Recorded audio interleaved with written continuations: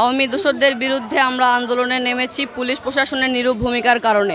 আওয়ামী দোসরদের অত্যাচারের সত্য প্রমাণ থাকা সত্ত্বেও প্রশাসন নীরব ভূমিকা পালন করছে, তা দেখে আমরা নীরব থাকতে পারিনি। আমরা এখানে ছুটে এসেছি, আমরা যৌক্তিক দাবি নিয়ে এসেছি এবং এক্ষেত্রে এখনও আমরা প্রশাসনের কোনো রেসপন্স পাইনি।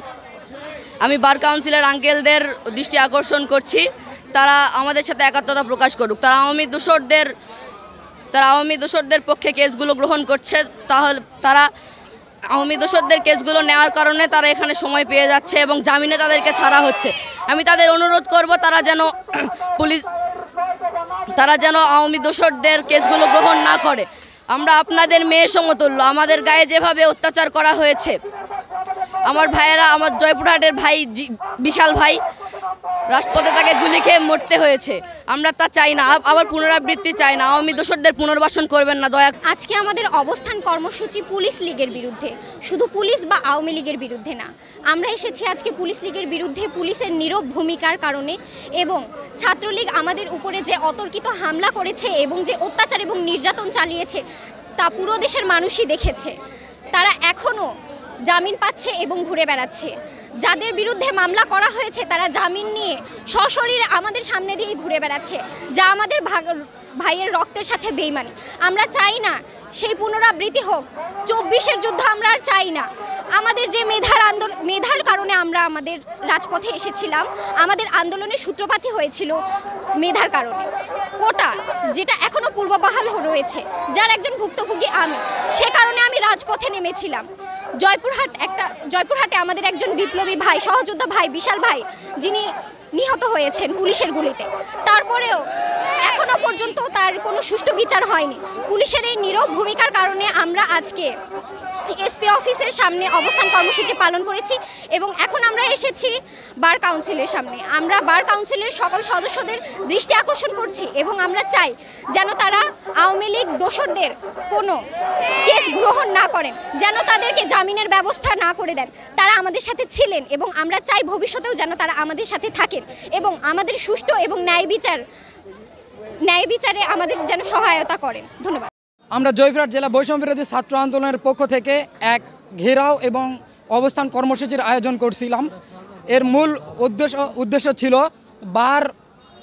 বার কাউন্সিলর এবং পুলিশ প্রশাসনের বিরুদ্ধে। তারা আওয়ামী দোসরদের সঙ্গে ও স্বৈরাচারদের সঙ্গে লিয়াজু করে তাদের বিচারের আওতায় নিয়ে আসার যে বিষয়টি এখনও নিশ্চিত করতে পারেনি এবং বিভিন্ন অপকাণ্ডা ছড়ায় এবং বিভিন্ন অপকর্ম ছাত্রলীগ ও আওয়ামী সন্ত্রাসী করা সত্ত্বেও পুলিশ প্রশাসন নীরব ভূমিকা পালন করতেছে। এর তীব্র বিক্ষোভে আমরা আজকে মাঠে নামছিলাম।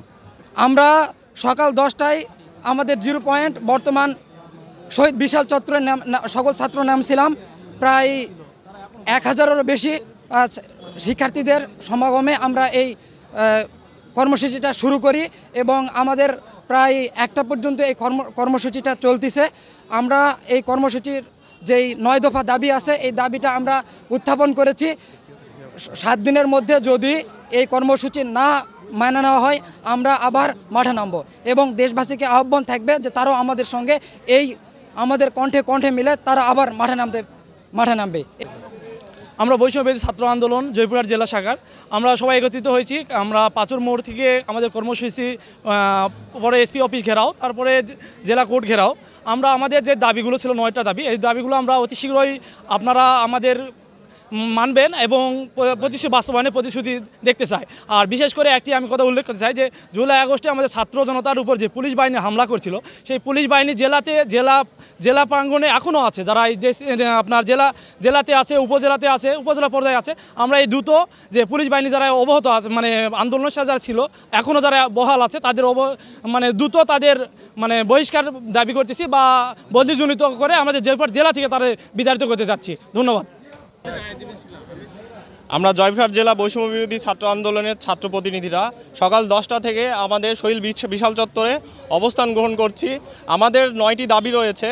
তার মধ্যে সর্বপ্রথম যে কথা, যেসব পুলিশ ভাইদের হাতে এখনও আমাদের শহীদদের রক্ত লেগে আছে, তাদের সঙ্গে একই সঙ্গে আমরা কিভাবে এ জেলায় অবস্থান করি, তাদের অতি সত্বর বিচারের আওতায় নিয়ে এসে অথবা বহিষ্কার করে অথবা বদল করে আমরা আমাদের চোখের সামনে তাদেরকে দেখতে চাই না।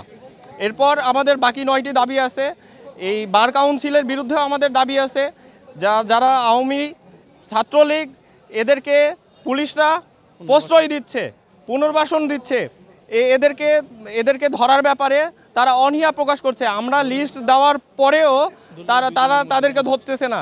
এরপরেও 2-1 হাইলাইটেড পার্সনকে যাদেরকে ধরা হচ্ছে বার কাউন্সিলে আসার পরে 1 থেকে 2 দিনের মধ্যে তারা জামিন পেয়ে যাচ্ছে। এই দুইটা আমাদের প্রধান দাবি, যে বার কাউন্সিল এবং পুলিশ প্রশাসন আওয়ামী লীগের প্রশ্রয়ে যারা তারা অবস্থান নিচ্ছে, এই অবস্থান থেকে যদি তারা সরে না আসে, আমরা আগামী 7 দিন তাদেরকে আলটিমেটাম দিলাম, 7 দিনের মধ্যে পুরা জেলা আমরা ব্লকেট করব এই দাবিগুলো মেনে না নিলে।